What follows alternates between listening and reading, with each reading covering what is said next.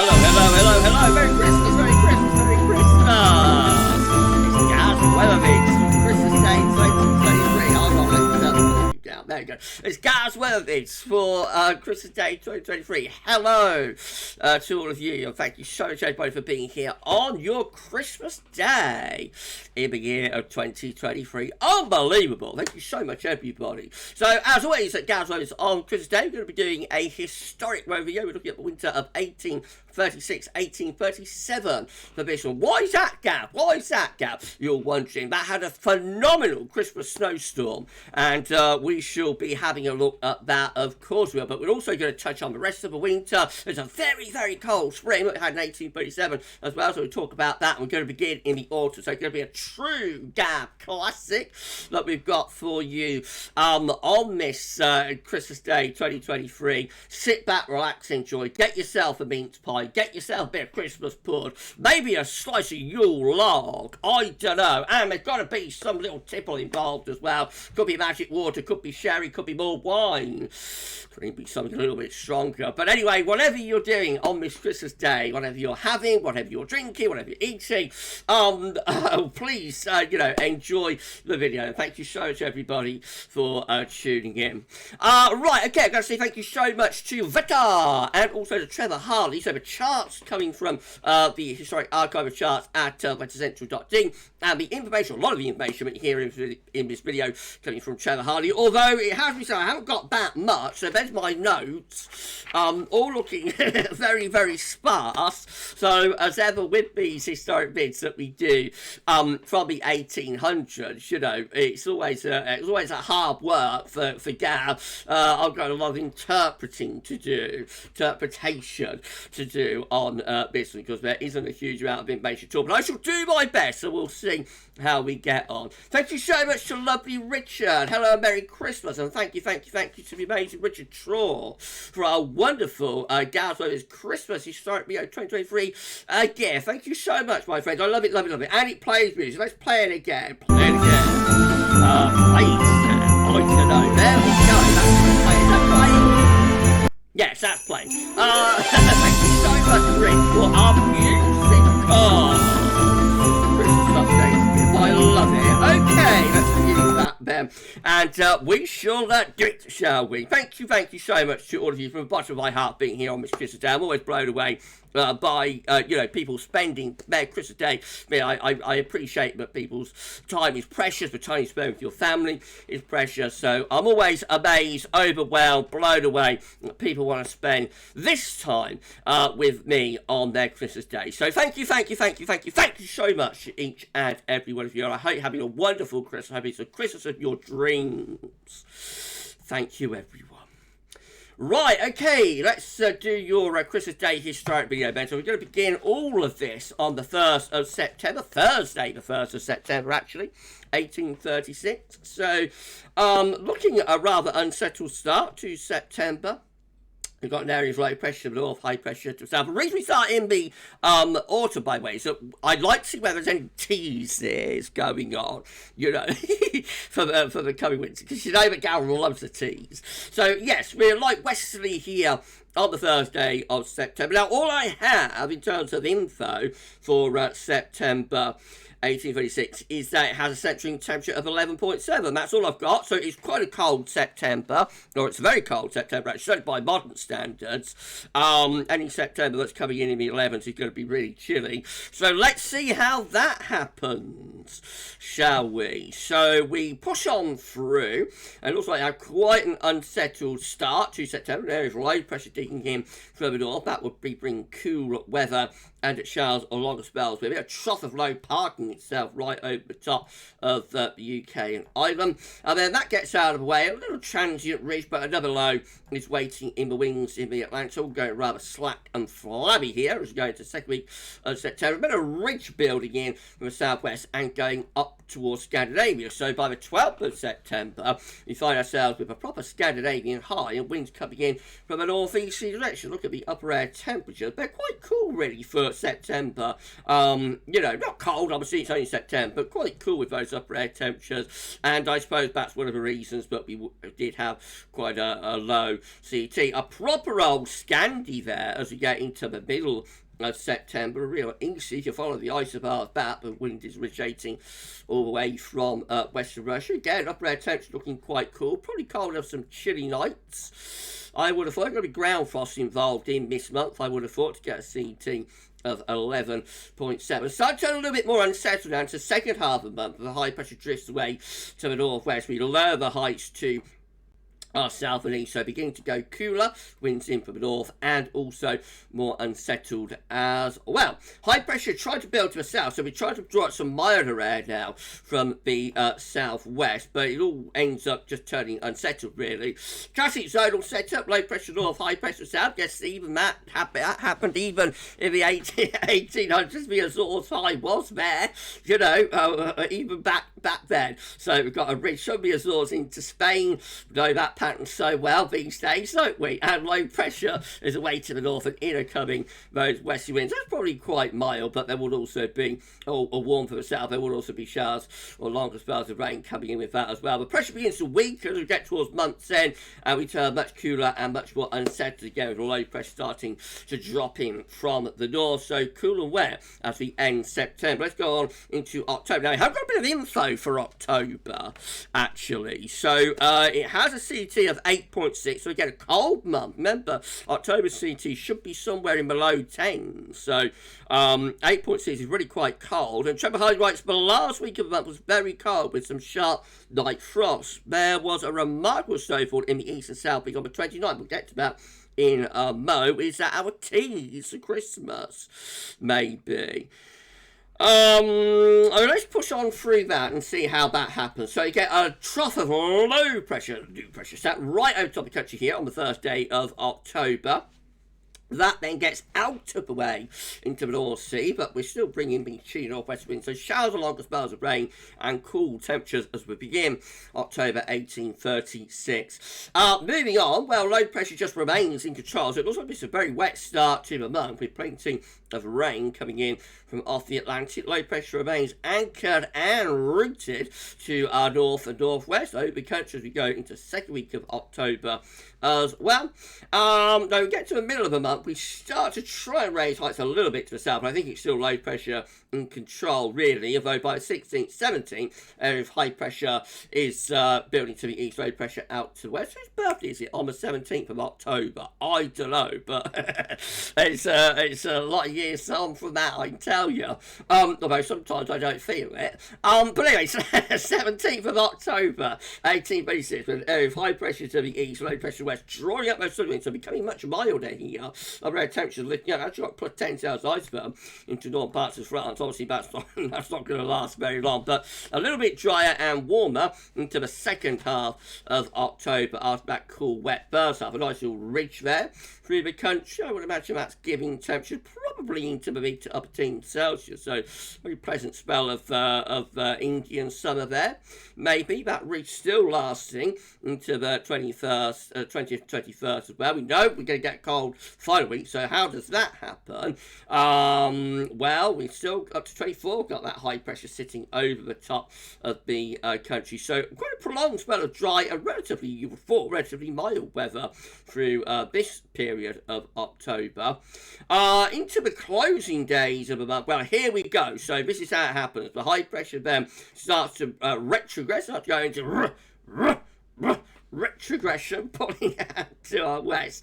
We have a chart of low pressure sinking through Scandinavia. Isobars swing into the north. That starts to pull colder air down from the north into as minus 5 Celsius iceberg to Scotland there on the 27th, 28th of October. 1826 places us in a proper old northerly. Again, if you have a look at upper air temperatures, cold air has moves southwards right way into the southern half catch up. We bring snow showers in with it, and then the 29th of October starts to bat the wind around to the northeast. And Trevor Harley writes There was a remarkable snowfall in the east and southeast on the 29th. There was an inch of snow in London and 5 inches, 11 inches claimed in places, lay at Bury St Edmunds for 5 days. At Leatherhead, there was a minimum of between -5 and a maximum of just 0.5 degrees.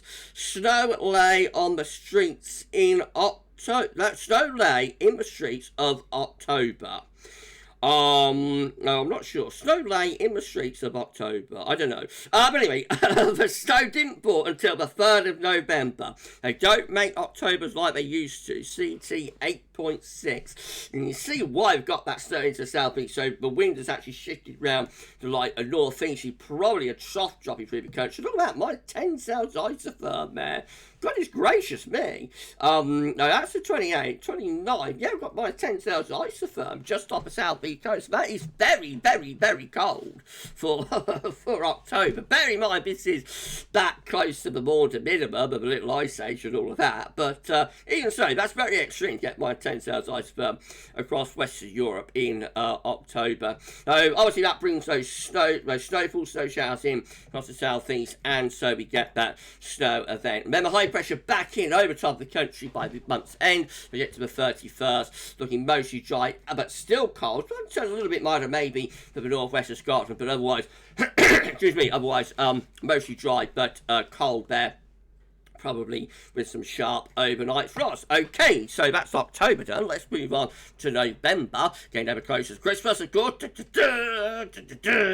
And this is how November begins. So now we're starting to import some milder air in from off the Atlantic. Again for November, by the way, all I've got for my notes is CT 5.3. No other information. So we'll have a go and try to see what happens here. Milder air started to move in from off the Atlantic. Probably still cold and frosty with snow on the ground, though, in the south and the southeast, but by the 2nd and the 3rd, now we're starting to introduce an Atlantic push, so turning milder, showers at longer spells of rain coming in from the west, and a fall of rain snow will be taking place down in the south. That's bonfire night, 1836, winds going into the north as low pressure shifts away to the east, so that will probably be quite a cold bonfire night with some wintry showers up north. Then we go to the second week of the month, looking milder there. Low pressure deepening in the Atlantic, so turning milder, wetter and windier. Upper air temperatures really starting to lift up nicely there. So that will be a proper fall, but back to wet weather as well. By the 11th, some higher pressures begin to try and get going over Scandinavia. So again, this is a bit of a tease for Crimbo. We shall see. 12th of November, Scandinavian high looks like it's about to start taking over, but by the 13th, the low pressure starts overriding it, and we're back to wet and windy weather again. By the way, 5.3 for November CT is quite cold. Any November CT that's in the 5s, it's going to be quite a chilly month, certainly by modern standards anyway.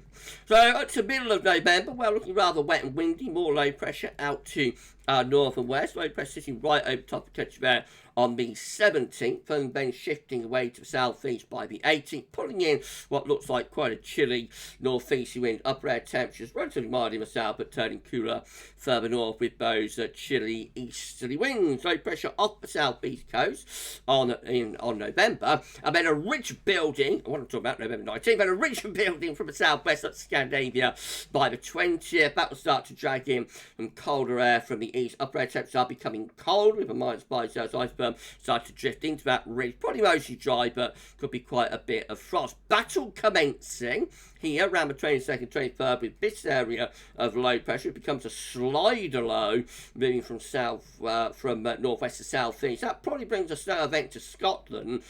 Cold rain, I would have thought, further southwards, and then we're back into those chilly easterly winds again as we get to the 24th. Let's get to month's end for November, and back comes the Atlantic. So we end November of 1836 on a relatively wet and windy note, and also looking a lot milder, especially so down in the south. So a topsy-turvy month, cold and mild spells alternating, very unsettled. Right, okay, so that gets us nicely now into the winter of 1836, 1837, and possibly have a few little teases there for what's to come for Crimbo. So we have got some info, luckily, for for December. But it focuses on the Christmas snow event. So until we get to that, I shan't say anymore. But I can tell you that it does have a seated 4.1, so it's not overly cold actually. Even though it has one of the most tremendous snow events and blizzards of the 18th century and of any century really. Overall, the month is not particularly cold. But let's see what happens. We begin with high pressure to the south, low pressure to the north, dragging in those southwesterly winds, mild, wet, and windy as we get to the 2nd of December.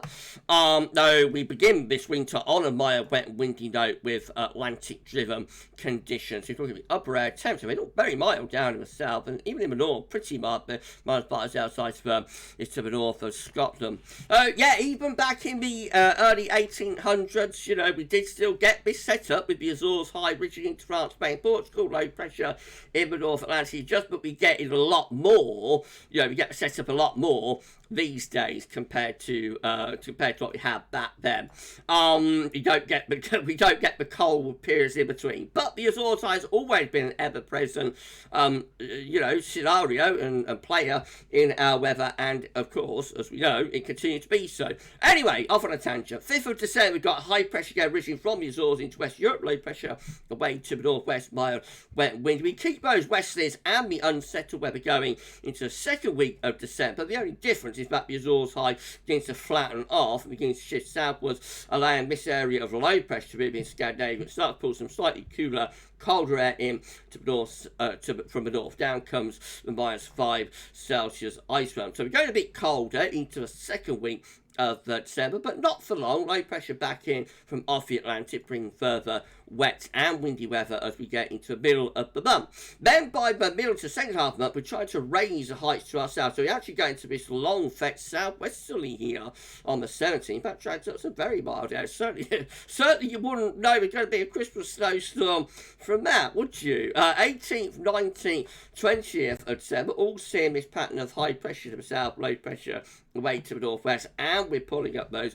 very mild southwesterly winds. Upper air temps look quite mild, not much cold doing over on the continent either because of those southwesterly winds, and that high pressure remains in situ for the 21st. So how are we going to get cold? This is the 22nd, just a couple of days before Christmas now.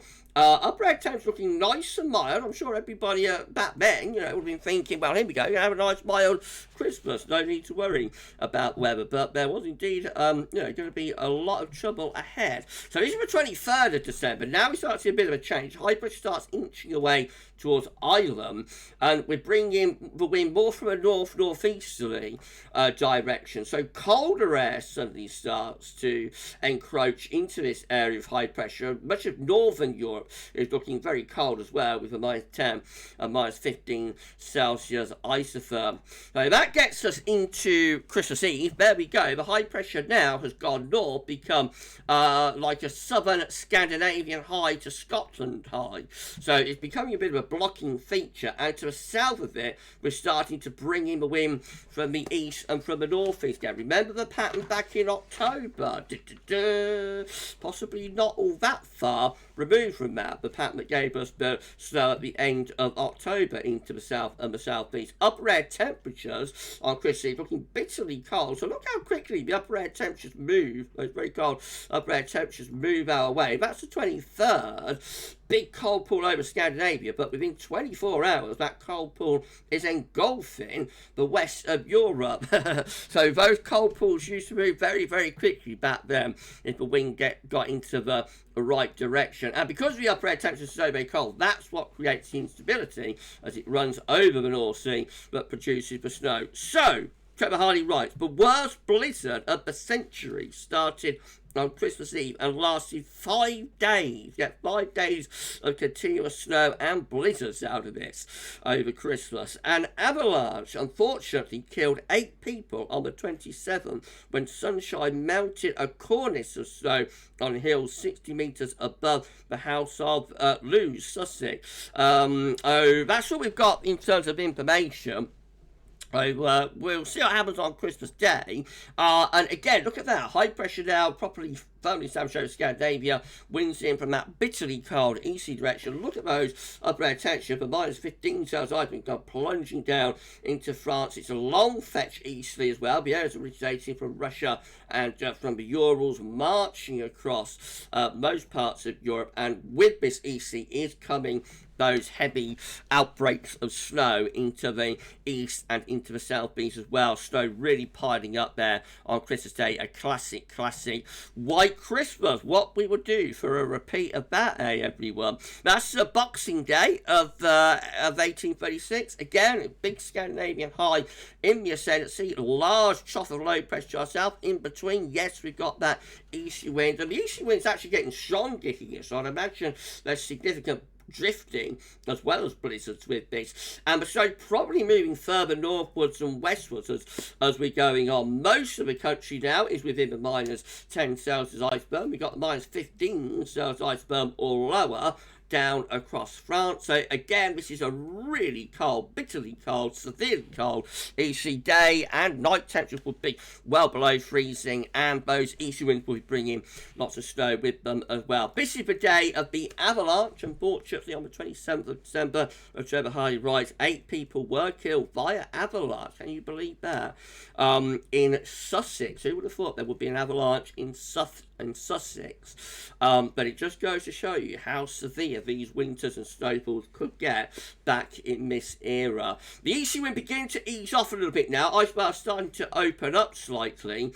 Still very, very cold, the upper air temperature, but I'd imagine the snow just beginning to start easing now. So, for Christmas Eve, Christmas Day, Boxing Day, I think all three would have been affected by large amounts of snow, especially across more southern, eastern, and southeastern regions. So, we would have a very deep snow cover. Of course, we've got to have a very deep snow cover if if they're going to be avalanche conditions, and that's what happened as we go through to the 28th. Well, now the snow is easing off further as the high pressure begins to sink down into the country. So now the issue would shift, I think, from snow to severe frost. I'd imagine we are seeing severe frost with temperatures into minus double digits under that area of high pressure. Still very, very cold in the southeast corner with both upper air temperatures of like 10 Celsius iceberg.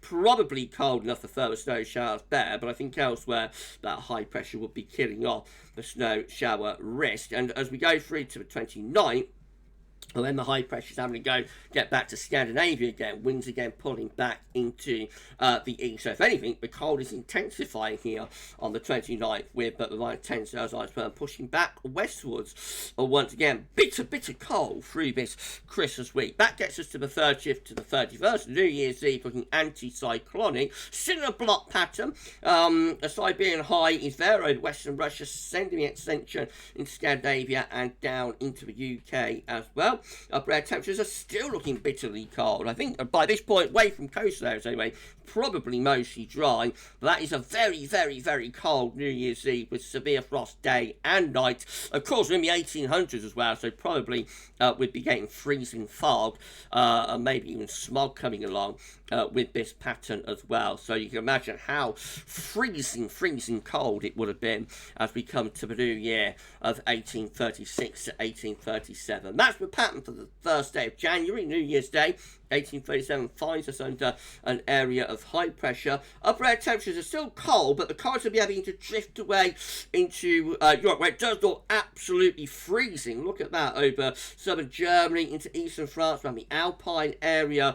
Got minus 20 Celsius isotherm there through southern Germany down towards the Alps, probably even colder than that, maybe minus 25 Celsius iceberg could be there in that little pink purple area. So brutal cold across much of the continent for the new year of 1836 to 1837. Starting to try and import something a little bit milder around the top of the ridge into the UK and Ireland. January 1837, I have no information for other than it has a central temperature of 2.7, so it is a pretty cold month.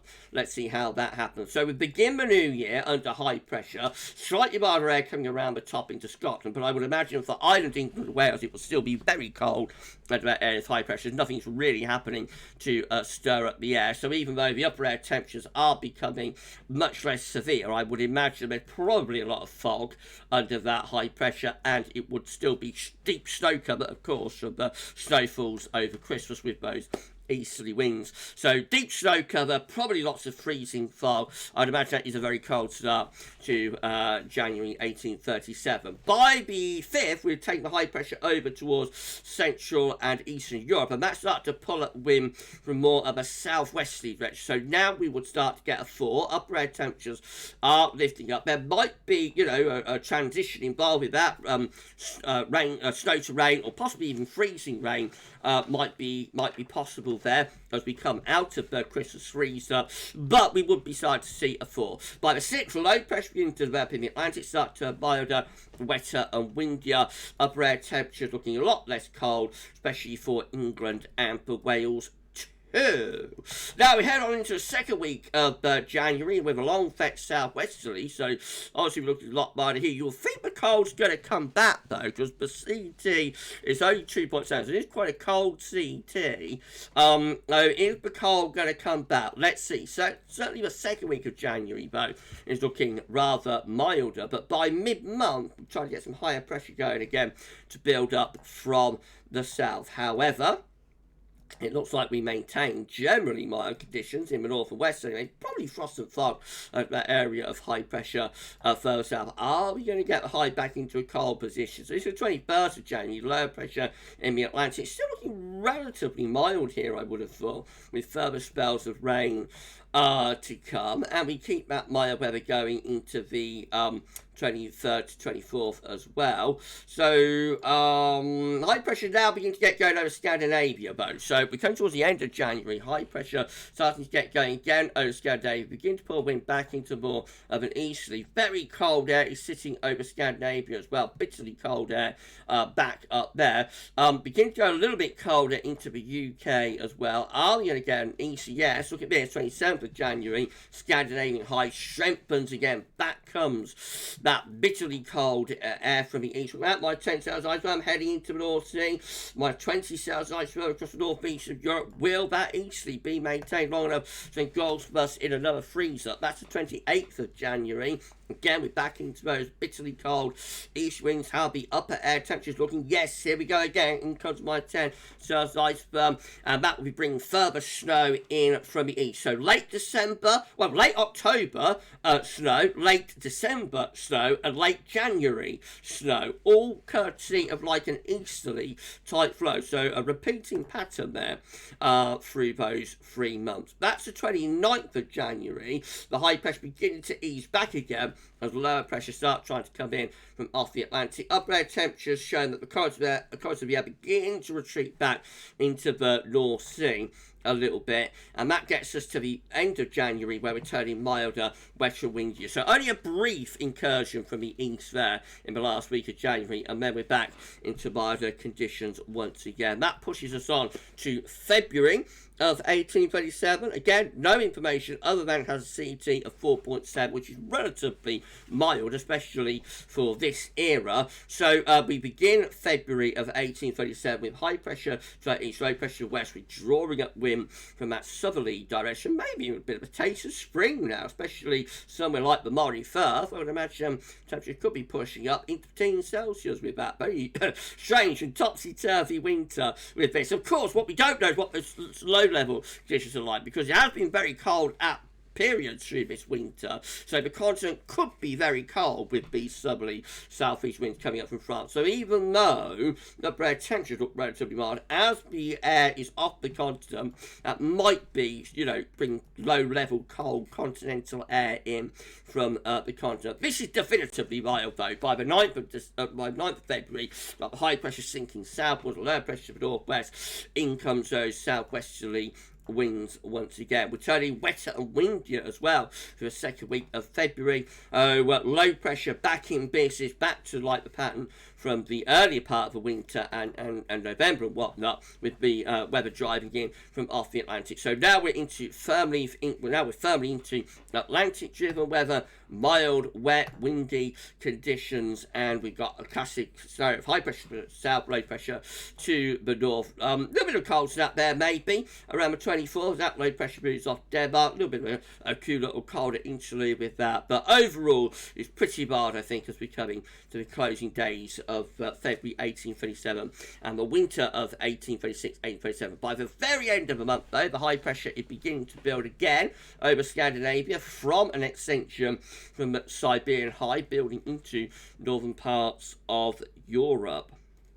And so that takes us through, so that's winter done, that takes us through to March of 1837. Now, this is a very, very, very cold month. Has a central temperature of 2.3. It's actually, I don't have any other notes about it. I'm surprised Trevor Hardy hasn't made a little note, because that is actually colder than any of the winter months, despite the Christmas blizzard and, you know, tremendous freezer through Christmas week. December 1836 had a CT number of 4.1. January was quite cold at 2.7. February was relatively mildish at 4.7.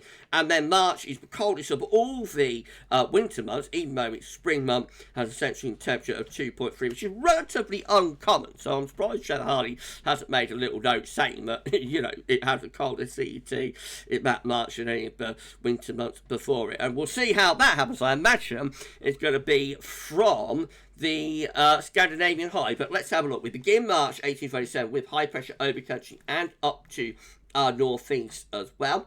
High pressure sort of sitting around the country as we go through the first week, probably bringing quite a lot of frost. Most parts of Europe looking very cold, though. Look at those upper air temperatures with my 10 Celsius, just off the southeastern coast. Most parts of Europe freezing cold and snow covered here as we go into the beginning of March 1837. We are starting to get that cold air in. We remain with slightly less cold air coming in from off the continent, and the minus clouds outside begin to retreat away to our east a little bit, actually, on the 5th day of the month. Then we start to see the high pressure sinking southwards, so we're trying to re-establish a westerly flow, but it has to be said without much conviction, so still pretty cold with the upper air temperature. But the coldest of the upper air temperatures are across central, northern and also eastern parts of Europe. That takes us through to the 8th, 9th and 10th. Again, flat and westerly, low pressure coming in from off the Atlantic. Upper air temperatures pretty cold, this time from the west, actually, through northern and western regions in particular.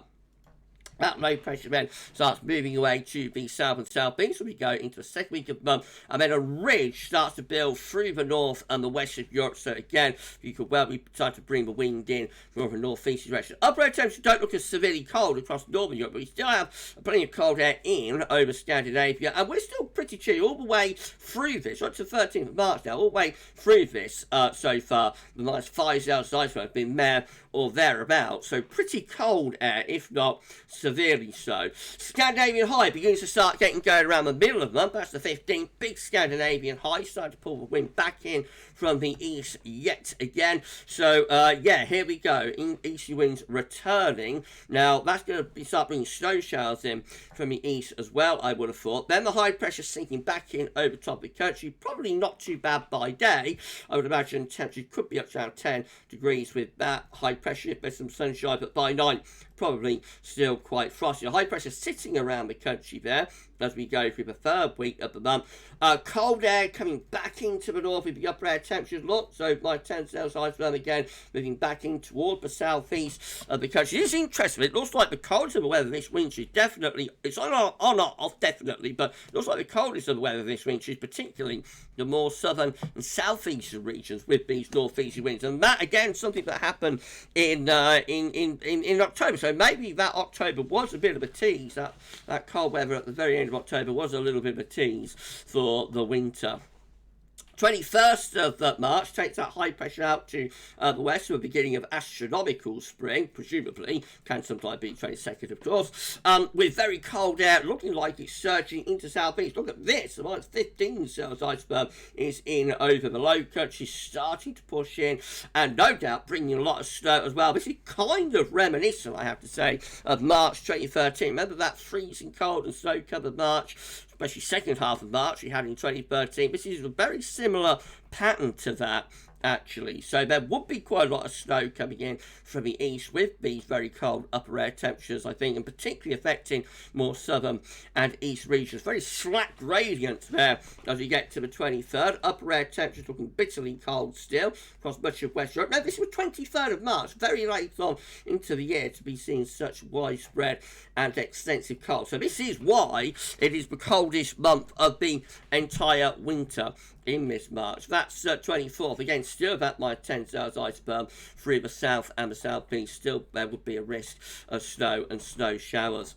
We come towards month's end. Still in a pretty cold pattern, really. Higher pressure is trying to build from the Azores and push northward. So we're trying to re-establish more of a westerly flow. The currents of the air beginning to retreat away, but it's hardly mild. And I would have thought we're getting a bit of a thaw developing now, with some spells of rain and whatnot coming in from off the Atlantic. That's how we aimed March 1837, looking relatively unsettled. Still minus 5 Celsius iceberg through the north and the east of the country, though. So even then, it's still pretty cold. I'll take you on to April as well, because we do have a little bit of information for April 37. And Trevor Harley writes, the equal coldest on record has a CT of 4.7. That's equal with April 1701. Goodness gracious me. Part of the coldest spring on record. So yes, this is the coldest spring on CT record. So I imagine you're going to see more cold charts here for April as well.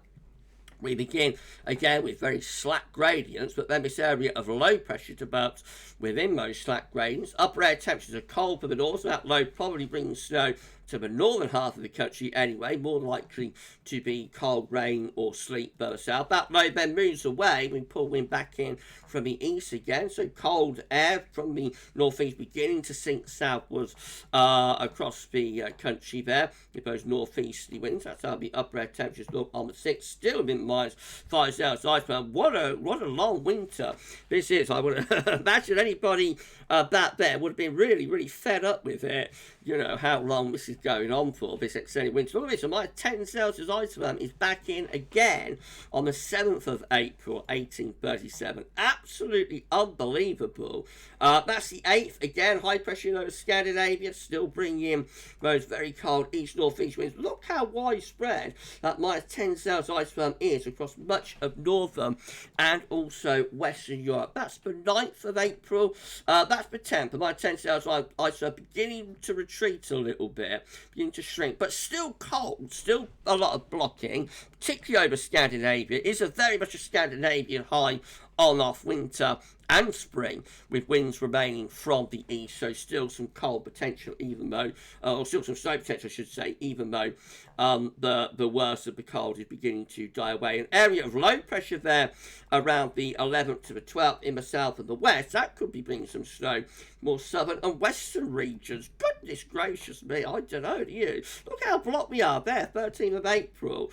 High pressure all the way from western Russia, right the way over to Canada. It's like a reverse zonal flow. The very severest of the winters have that kind of blocking pattern. That's something that we see, for example, in 1947 with a reverse or a cross zonal flow. So instead of, west to east, as it should typically be in the northern hemisphere with the flow, it's east to west, right away from Russia all the way over to Canada. Extreme amounts of northern blocking, and that just keeps us locked in to those very cold upper air temperatures. No, unbelievable what's happening there.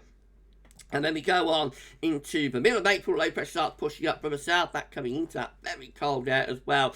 Because of the air begins to retreat away to the north, starting to turn a little bit less cold, a little bit milder maybe down the south, going back towards rain in the south, but I would imagine further north there would still be some snow. That is the 16th of April, still fundamentally in a very blocked pattern, still about -5 Celsius iceberg straddling the country, no sign of proper spring developing up to this point, and on it goes with those extreme levels of northern blocking right way to the 20th of April. You know, we've still got that cross-zonal flow, we're still bringing the wind from east to west rather than west to east, which means that the upper air temperatures remain very subdued. The coldest of the air is now starting to retreat more regularly away to the north. Milder incursions trying to get into the south a little bit more regularly, but nevertheless it is still a very unusually blocked pattern, and we're coming towards the end of April now, looking cyclonic and possibly a little bit milder now. Low pressure time to about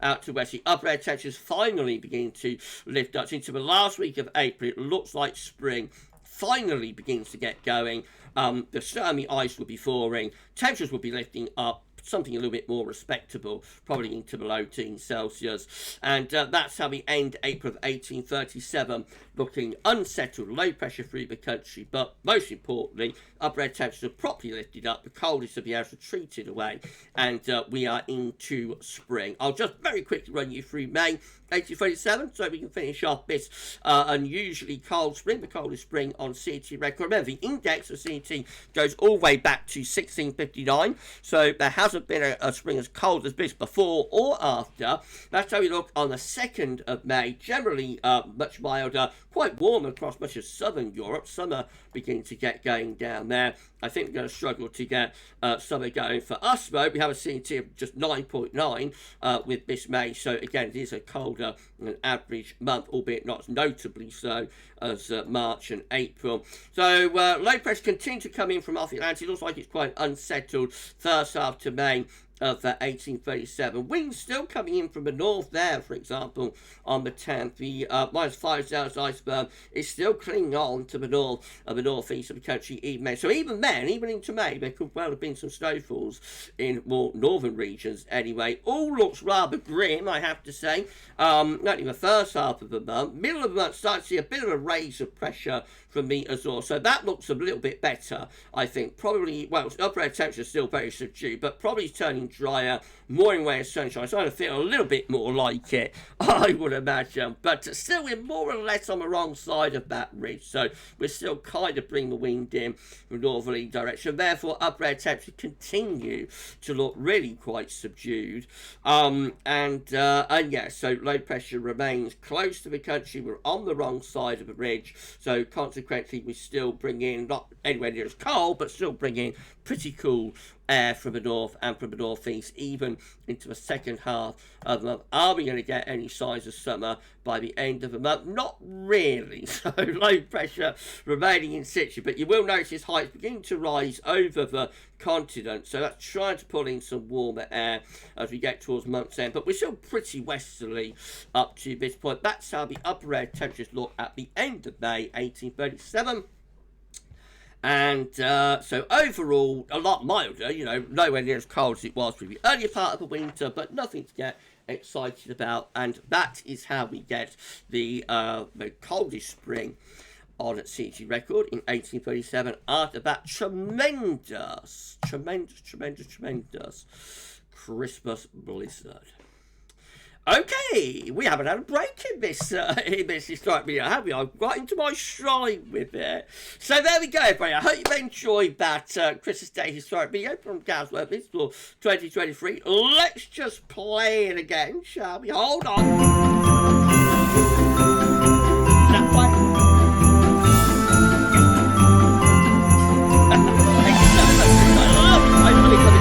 Love it. Music. Thank you so much, Richard, for that. Unbelievable. What am I doing? Again. Unbelievable. Thank you so much, Rich. Right, okay. So that is it for the historic video from GavsWeatherVids for Christmas Day 2023. Just to say that the next winter was even colder than that and actually had a sub-zero CT January. I would imagine that will be showing up as a historic video at some point in the future. Maybe even next Christmas. Shall we have a look at the sub-zero CT January of 1838? Next Christmas? 2024? What do you think? Should we make it a date? Let me know in the comments if you'd like to see that. But there we go. Thank you so much, everybody, for spending this time with me on your Christmas day. So, as I say, I'm always appreciative, blown away, and amazed that people want to spend this time with me and with GavsWeatherVids on their Christmas day. I hope you're having a wonderful, wonderful Christmas, and I hope it's the Christmas of your dreams. I'm sure it will be. So, just say that on the channel tomorrow, things will be back to. I'm not sure if I'll be a 6 a.m. broadcast. I don't fancy recording that really on Christmas night. Might not be in any state to do that, but we'll see. But there will be a 10 to 14 day on Boxing Day, so check that out when I upload that in the afternoon. And yeah, so thank you so much, everybody. Enjoy the rest of your Christmas day, 2023, and we shall see you again with more very, very soon. Have a wonderful Christmas, what's left of it, and yeah, Merry Christmas. I scrubbed up all right, by the way, didn't I? I don't often wear suits on the video, but I thought, why not go before? I normally dress up a little bit for the Christmas Day historic video, but I thought, why not put a suit on just this once? So normally I look like I'm dragged through a hedge being dragged through a hedge backwards, don't I? But yeah, Gav can scrub up when he wants to. I think Mrs. P would have liked me wearing this, so she's in my thoughts, of course. All our thoughts. It's Christmas. Anyway, I've rambled on long enough. Thank you so much, everybody, for tuning in on this Christmas day. Enjoy the rest of your Christmas day. Merry Christmas to each and every one of you from all of us here at GavsWeatherVids. And for this one, that's all for now. And thanks for watching.